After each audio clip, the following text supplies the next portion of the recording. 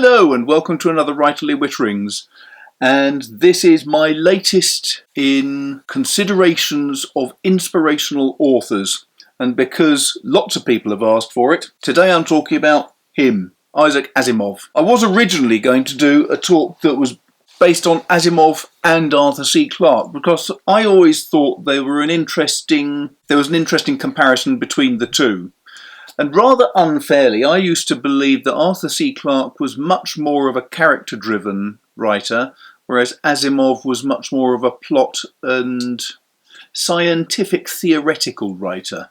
But in fact, looking through a few of the books again, I've really realised that Arthur C. Clarke is just as keen on the science as Asimov ever was. So I think there's less comparison between the two than I originally thought. I think it's just the style of writing that comes across, really. If you haven't read Asimov, there are two groups of books I would personally recommend. There is all of the robot books. Here's a bunch of them. It's not all of the ones I've got. That's upside down. Let's do it that way instead.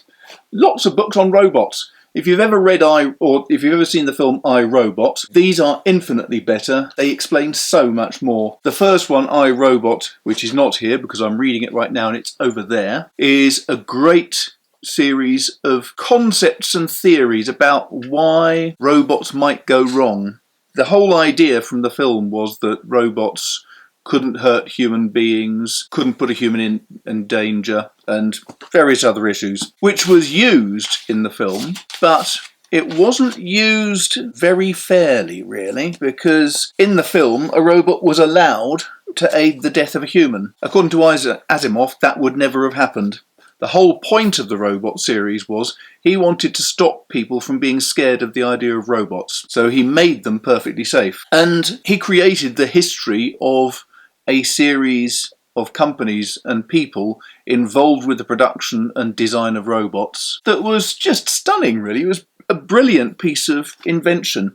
What's a bit sad is that he actually started writing the series in the 50s, I think. I think I, Robot came out in about 51. So all his robots had metal. They were all very, very heavy. They all had valves and cylinders and things inside them. So they were not quite as efficient as something with microprocessors, let us say. Anyway, the other books that if you haven't read any of them, you really must, are the Foundation series. I first came across these thanks to a friend of mine, Andy Setchell, sadly long since dead, but he was a very enthusiastic exponent of science fiction, and he loved Asimov and all of the Foundation series, and it was largely due to Andy that I ended up buying all of them as well. These are epics. Those two are the same book. Why have I got two of the same book? Never mind.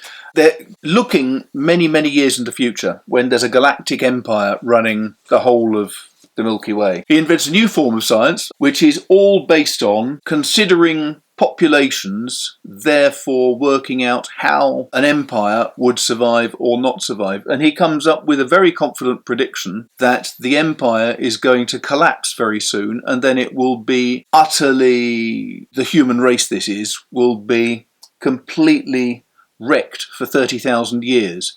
But one permutation, one route, he decides, means that the human race will only be affected for 1,000 years. Unfortunately, of course, this was the sort of topic that the great dictator, the emperor, was not going to be entirely happy about. So the poor fellow involved was arrested. But the Foundation series is taking that concept and then saying that the way of protecting the human race would be to found two groups at opposite ends of the universe, and then how those groups work, how they finally get to producing a new civilization, and the clashes between the civilizations is the whole of this series, which is a pretty immense series. I think I first grew to love it because I liked the concept of mathematics driving a social science. Because I had an actuarial background, that always appealed to me. So the first Foundation is going through the basics. The second Foundation book starts off with the first empire completely shattered, and the whole of this develops a massive, epic sweep of history throughout the whole series.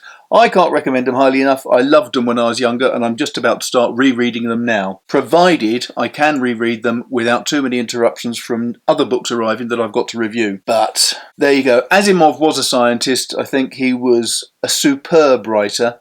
You've got to bear in mind some of his earlier books in the 1950s have different concepts. But for example, I, Robot, I think was set in about this time frame, about 2019, 2020. And it was remarkably prescient. You start looking at different devices that he's talking about. He also failed completely. He had the robots designed so that, for example, they could go mining in Mars because it would be cheaper to have robots mining. Obviously, that hasn't happened yet. So there you have it. Asimov, very good writer.